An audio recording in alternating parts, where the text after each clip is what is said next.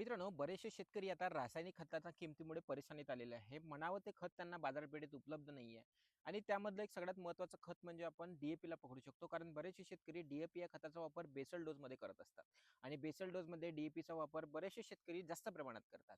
तर बऱ्याचशा शेतकऱ्यांना डी-ए-पी खतसुद्धा उपलब्ध बाजारपेठेत होत नाहीये. तर त्यासाठी मी तुम्हाला एक पर्यायी खत सांगतो, जे तुम्हाला डी-ए-पी प्रमाणेच तुम्हाला रिझल्ट देतील आणि डी-ए-पी प्रमाणेच त्यामध्ये टेक्निकल्ससुद्धा तुम्हाला पाहायला मिळणार आहे. त्यासाठी व्हिडिओ शेवटपर्यंत नक्की बघा आणि आपल्या चॅनलला फॉलो, सबस्क्राईब नक्कीच करून घ्या.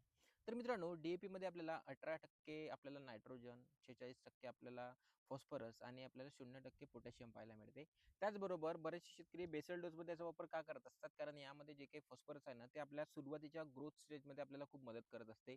झाडाची रूट डेव्हलपमेंट खूप चांगल्या पद्धतीनं करते, शाखे वाढ चांगल्या पद्धतीनं करत असते. म्हणून बरेचसे शेतकरी डी-ए-पीचा वापर करतात.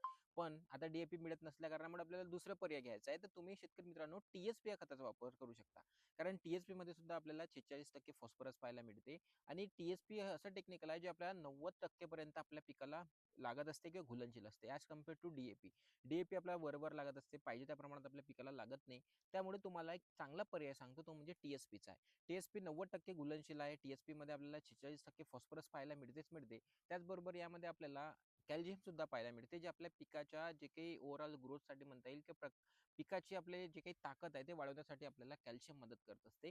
म्हणून आपल्याला डी-ए-पीला एक सुंदर पर्याय टी-एस-पी आहे. तर तुम्हाला बाजारपेठेत टी-एस-पी उपलब्ध असेल ना शेतकरी मित्रांनो, तर नक्कीच तुम्ही टी-एस-पी या खताचा वापर आपल्या बेसल डोस म्हणून करू शकता. याचा वापर करत असताना तुम्ही 25 ते 30 किलो प्रति एकर वापरला तरी सफिशियंट आहे. खूप सुंदर रिझल्ट तुम्हाला टी-एस-पीचे पाहायला मिळणार आहे. म्हणून तुम्ही डी-ए-पी जर तुम्हाला मिळत नसेल, टी-एस-पी खताचा वापर करा आणि तुमचा अनुभव नक्कीच कमेंटमध्ये सांगा. बरेचसे शेतकरी टी-एस-पी खताचा वापर करत असतात आणि खूप सुंदर रिझल्ट घेत असतात.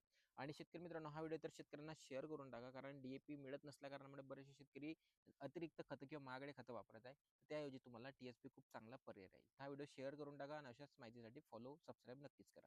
धन्यवाद.